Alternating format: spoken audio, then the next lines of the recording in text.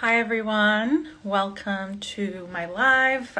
This is going to be a live talking a little bit about spirituality and why that matters for me and for this world. I'm going to share a little bit about my program called God Fellowship, which starts January 19th. It's a 12-week program. But the talk is really going to be focused around spirituality and God. And, this is a huge core part of my work is to follow the path of God. So welcome everyone. If you're joining, feel welcome to introduce yourself. I'll share a little bit about what I mean by God and spirituality, but feel welcome as well to engage and ask questions. And if you're watching this after it's recorded, also feel welcome to share comments in the chat as well. So okay, the first question that I want to pose is, what does it mean to follow a spiritual path in the current times that we're living in? And the times that we're living in, right, times of genocide, times of societal collapse, times of the end of the world, right? There's so much crisis and collapse everywhere we go. There's so many systems of oppression. There's so much keeping us bound and chained in cycles of violence, in systems of pain and suffering. So it could be really easy to just think, well, what the hell is spirituality worth, right, in these times? But I want to share a little bit about how I came to understanding the importance and necessity of spirituality, and hopefully it will resonate with you. So I was born in Jerusalem. And, for this has animated so much of my life, is that to be born in Jerusalem is not an easy thing for many reasons. But for me, Jerusalem was known to me as the city of God. I grew up with scripture and religious texts. It's a prophetic city.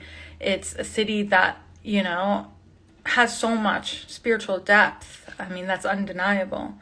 But the reality of it was the opposite of that. It's the reality of apartheid, the reality of segregation, of racism, of separation. And this just didn't make sense. There was a contradiction between the spiritual truth that I believe in terms of the one God, in terms of liberation for all beings, in terms of interconnection, and the reality on the ground, which is segregation and violence and apartheid. And this friction was something that continues to animate, my thought process of like, well, how do we reconcile the spiritual and the material world? And this is something that is foundational in Kabbalistic text, is that, there's a world above and there's a world below. And actually they say this specifically about Jerusalem. There's Jerusalem of above and Jerusalem of below. You might have heard that phrase, as above, so below. But, this understanding that there's these parallel worlds, right? There's a world of spirit and there's a world of matter. And somehow these things are actually contradicting each other. And I personally believe that we as humans are actually here as a bridge. We're here as a bridge between these realms. We're here to find those spiritual truths and bring them into life through this material reality. Sometimes, especially in times of genocide, people can ask this very valid question of like, where is God? And I saw one person ask that in the question box that I had, which is a very legitimate question, right? Like, how can there be all this suffering? How can there be all this violence if we really believe in a God who is a God of justice, God that is a God of love, right? So there's all these contradictions is what I'm trying to point out. And actually, when we find contradictions, that is actually a place of friction, which is actually a beautiful thing, because friction is what allows for transformation and for growth. So for me, my path led me to all sorts of different places.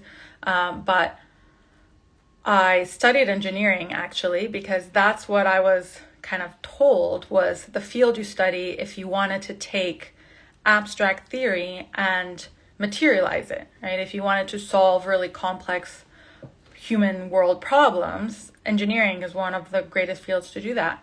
And very quickly, when I was working in that field, I got pretty disillusioned because the engineering field was actually, to my understanding, not solving a lot of human problems. I mean, maybe at some level, there's some, things, but overall, a lot of my classmates were going to work in oil or financial corruption shit or all of that.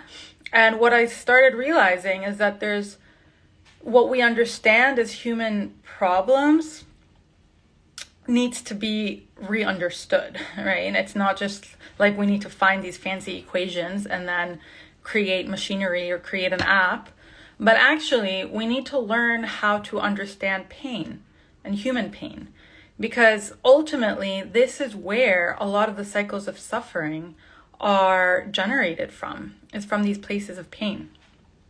And, of course, when thinking about Palestine and when thinking about Jewish trauma, I mean, it's so clear to see that the ways in which Jewish trauma has been used to enact violence against Palestinians. So we see this cycle, and this is not just the only case. There's many cases around this.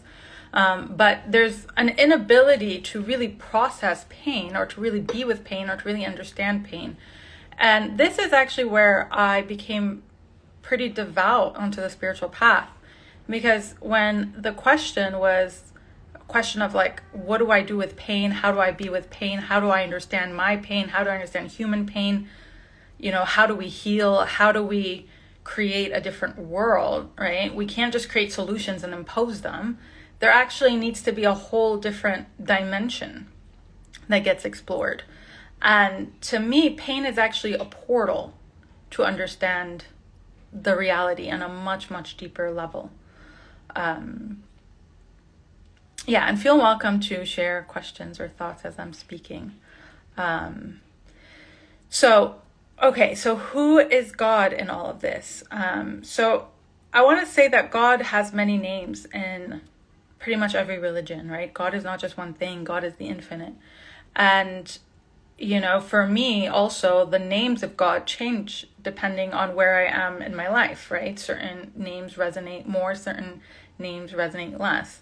But first I want to share that the way that I understand God is as life, right? God is the wisdom of life. God is the life force, which is why God is everything, actually, right? There's nothing separate from God because there's nothing separate from life. Life has intelligence that exists throughout my body. It exists throughout every human. It exists throughout nature.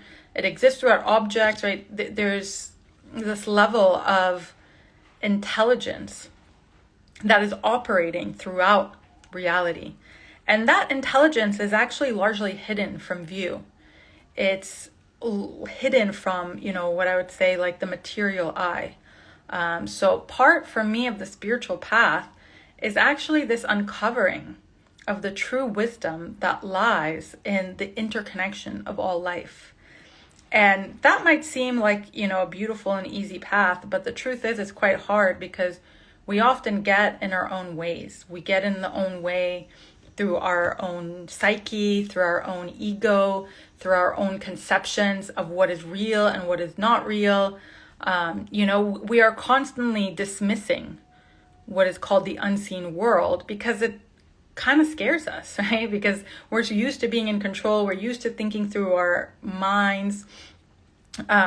So part of the spiritual path is this path of surrender, this path of humility, this path of understanding, like what I can understand and what I can see through my mind is actually quite limited. And, the first step that I teach in my classes when we are interested in understanding ourselves more spiritually, right, is a simple task of just closing the eyes. Because, and this is what we do in meditation, but when we close the eyes, what we're doing is we're actually shutting off the physical eye and we're turning on the spiritual eye, meaning we're letting go of receiving so much stimulation, so much external energy and making meaning based off what the physical eye can see. And we're actually awakening a deeper way of seeing that is not through the physical, right? Because if we get so attached to our understanding of reality being through the physical realm, we're going to miss a lot of important information. Because a lot of the truth of life, a lot of the truth of interconnection, a lot of the truth of wisdom is actually through the unseen realm. So spirituality is really about learning how to understand what the unseen realm is. It's actually a science, and I'll speak a little bit more about this relationship between spirituality and science because I think there's been a lot of misconceptions there. But what is happening, right, again, if we go back to just like that simple act of closing the eyes, we're in some ways turning off this external world, and then we're turning on an internal world. And all of a sudden, things that are happening inside me become more center stage, whether it's my thoughts or my emotions or my sensations. And all of a sudden, this whole internal world is there, right? Something that is so easy to dismiss when my eyes are open. Because when my eyes are open, I'm gravitating and I'm grabbing onto things that I'm seeing. But when I close my eyes, all of a sudden, this internal world is alive. So what do I do with this knowledge that there's a whole world living in me, right? That I often deny because I just live in this world. And this is, for me, the path of spirituality is the path of knowing the self, is the path of actually knowing who we are. And we are multidimensional beings. We're not just one thing. If we look into our internal world, we'll find actually a space of a lot of contradiction, a lot of time warping, a lot of memories, a lot of childhood memories, a lot of future vision. Like it's across all time scales, we'll find all sorts of things. We'll also find our ancestral lineages. We'll find contradictory emotions. I mean, the internal world is filled with so much infinite depth.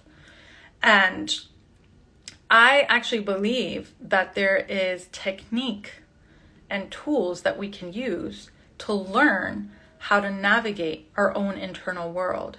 And that actually matters. That our internal world actually matters. And it doesn't just matter for me as Hadar, okay, I care about my internal world. It actually matters in terms that it shapes the reality that we live in. And this is where I think so often about social change, when we see something horrible happening in the world and we want to change it, right? This happens all the time, I certainly, like, sometimes you see something and you're like, wait, that's not right. Like, we need to end this. We need to stop this. But the truth is that I'm actually powerless a lot of the times in that situation. I mean, I can find ways of building and organizing that can over time build power. But I don't have a lot of times direct power in changing something outside of me. So, a lot of the spiritual kind of bypass world will say only, okay, just work on yourself. Just work on yourself, and then somehow reality will change through it. And I do believe that, actually, but I believe it on a deeper level, that the change that is possible for me to do with myself on my internal landscape is actually directly mirrored in the outer. And part of being alive in this world is this constant negotiation between this internal realm and the external realm, right? And it's actually a mirror. So it's not that I just change things in here and then miraculously it happens out there. It's like I change something in here and then there's an immediate effect, and then I pay attention to it and then I respond, right? So there's a relationship that happens between the internal and the external. And this, to me, is a spiritual process. And if I were to just completely avoid or deny my own internal world, or the way that the world is actually living through me, I actually ultimately lose a lot of power, because what I do is that I allow all these forces to condition me, to condition my psyche, to condition my mind. And I don't allow the energies of life to actually move through my body. I think that is some of the most powerful work we can do, is to understand that the world actually happens through us. And we're not just these observers that are seeing reality, but actually reality is happening through us, right? The molecules, the energy cells, all of it that we have, it's a direct manifestation of all life, actually. And it's in direct communion. You know, there's all these studies of mushrooms and trees and these underground networks and the way they receive information, the way they send information. Like, we're wired very similarly as human beings. When I think of thought, it's actually not just in my mind, it's actually plugged into the collective unconscious. And I both receive information from there and I send information from there, and then a whole world is shaped. So that's all to say that one of the foundational spiritual principles is that what happens inside of us matters. What happens inside of us has meaning. You know, and I think a lot of the times people ask me like, well, what if I'm an atheist? What if I don't believe in God? What if to me, I mean, even I teach God Fellowship and God's in that name. And I actually had people who joined the fellowship who don't actually believe in God, right? Because they were interested in these tools about, well, what do I do with myself? So it's not really about believing something like, okay, there's someone in the sky or there's this external thing. It's more about, do you believe that something that is happening inside of you, that your internal world matters?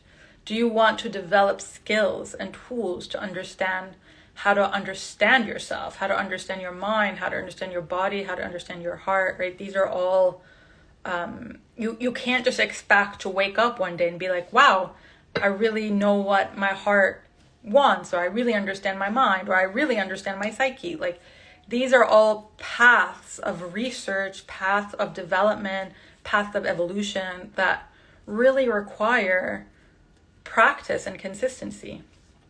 And, you know, the spiritual school that I have called Malchut, the spiritual framework that I developed, is really organized around these three principles, around the mind, the body, and the heart.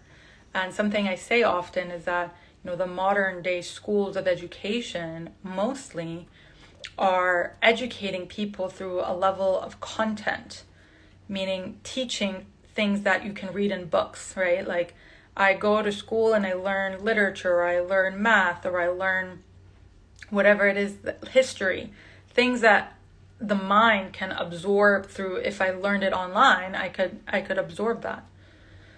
But spiritual schools are oriented really differently. They're oriented around cultivation of character, the cultivation of the heart, the cultivation of the mind, the cultivation of the body. And this is where, no matter who you are, however rich, however poor, however whatever you are, you're just not going to make progress unless you practice. There's no one in the world who can come and just give you, here's the book around how to be with your mind, and then you'll know how to do it, right? Like, you actually have to walk that path, and you actually have to work with your own self. And that requires, you know, in some ways, these daily practices around noticing the internal world, around navigating the internal world. And it's not simple. This is why there's a lot of techniques and tools. And, you know, when I built Malchut, it was very much about how do we train these spiritual practical skills, right? It's not about like, hey, I'm here with all this spiritual wisdom no, I want to actually create a community that people are practicing together what it means to walk this spiritual path. And we're trying these different techniques, and we're trying these different tools that have been passed down through lineage, that, you know, have wisdom in them. So, yeah. The other thing I wanted to also share is, you know, in thinking about the political life and justice work and the ways that for me it intersects with spiritual work, you know, it's, to me, colonialism, one of the harms that colonialism does is that it actually ruptures the spirit from the body, or the spirit from the land, right? There's a incredible separation that happens. And, you know, we can see that through like just studying history and seeing the ways that colonial powers were constantly targeting spiritual leaders first, because they were the heart of the community. They were the heart of, you know, organizing, actually. and they were the heart of giving people meaning and giving people direction. And I think it's very hard to find. I don't think you'll find many indigenous communities that are secular, right? There's oftentimes indigenous cultures have very deep understandings of spirit and the way that spirit animates reality and life and nature and food and our bodies and is interconnected with everything. So for me, actually, this practice of being dedicated to the spiritual path is an anti-colonial one, is about actually we want to revive these traditions and these ways of being that are in harmony with the protection of the life force. And I think we're living in a time that, colonialism is just hopefully reaching its last, this is a system that we really need to transform. And we're seeing the ways in which that is just causing so much suffering, of course, to the people who are being colonized, but also it's just like, what kind of world are we living in? It's the world of mass destruction and mass mental health crisis and, all these issues, because we're disconnected from who we are and we're disconnected from where we come from. So, for me, there is this really deep resistance work that is part of actually this spiritual practice. And, I think that part of that is the modern age really split the fields between science and spirituality. And I certainly experienced that as, I studied engineering and I was in the science world for some time. And it's really interesting how in that field, people really look down at spirituality. They look down at it as being woohoo. You say the word energy, even though energy is a scientific word, actually, people look down on that. People think it's woohoo. Oh, you're just making things up, or okay, these people who believe in something. And the ways there's actually been a lot of disrespect to spirituality because of this hyper-valuing of the rational mind and of the scientific mind, and as somehow seeing that as better. But, the truth is, if we actually look at what science is a research into understanding the reality of the world through experimentation, right? Like, okay, I have this theory, I want to test it out, let's see if it works. And then through there, building, a conception of reality. Spirituality is actually quite similar. The difference is that spirituality actually has a more expanded understanding of reality. It includes subtle forms of reality, meaning it includes the cycles of the emotional world or the mental world, or these things that we can't necessarily touch but are actually real. They actually have physical reality and physical manifestation to us. So spirituality is actually also a form of science. It's a form of, how do I understand this world that I live in? How do I understand it more deeply? But it comes from including the unseen dimension. And ultimately, I think science is that as well. And I think especially if you look at the Arab societies and Arab world historically, like, this is where science and spirituality was completely harmonious, right? If you were a scientist, you were also a devout spiritualist. Like, there wasn't separation. That separation actually only became apparent through modernity. And if you even study some of the greatest scientists, of course, Albert Einstein and all these different people who came up with so many scientific inventions, you would actually look at their life and see that there's a lot of spirituality in there as well. So I think that there's a lot of ways in which we've been trained to think of science and spirituality as these completely different fields. And I think that's a big misconception. And the way that I relate to spirituality is through this place of research and study, and this place of, how do I understand this world that I live in? And how do I understand this world that I live in, not just from the physical eye, from these deeper forms of wisdom, these deeper forms of reality? And I will say that, as I was saying earlier, that God has many names. For me, one of the most important names for God is mystery, right? That, like, no matter how spiritually evolved or scientifically advanced anyone is, there's always going to be a level of mystery to this reality. And the mystery is what animates it for me.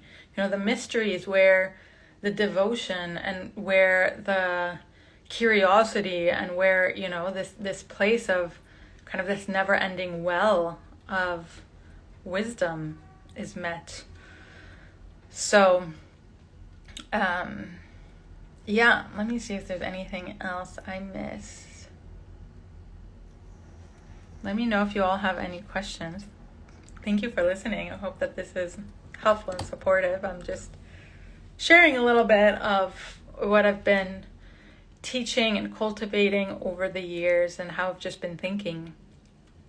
I mean, one thing I know I kind of said this, but I just want to reiterate it, is that I think oftentimes, one of the disgraces that I feel that are happening in this world right now is when people think of spirituality as a way of like looking away from suffering, or, this looking away from systems of oppression. And it's like, oh, I'll go do my yoga retreat in Bali, or I'll go disconnect from the world. And sometimes it's important to have these moments of disconnection from reality, because this reality can get quite harsh.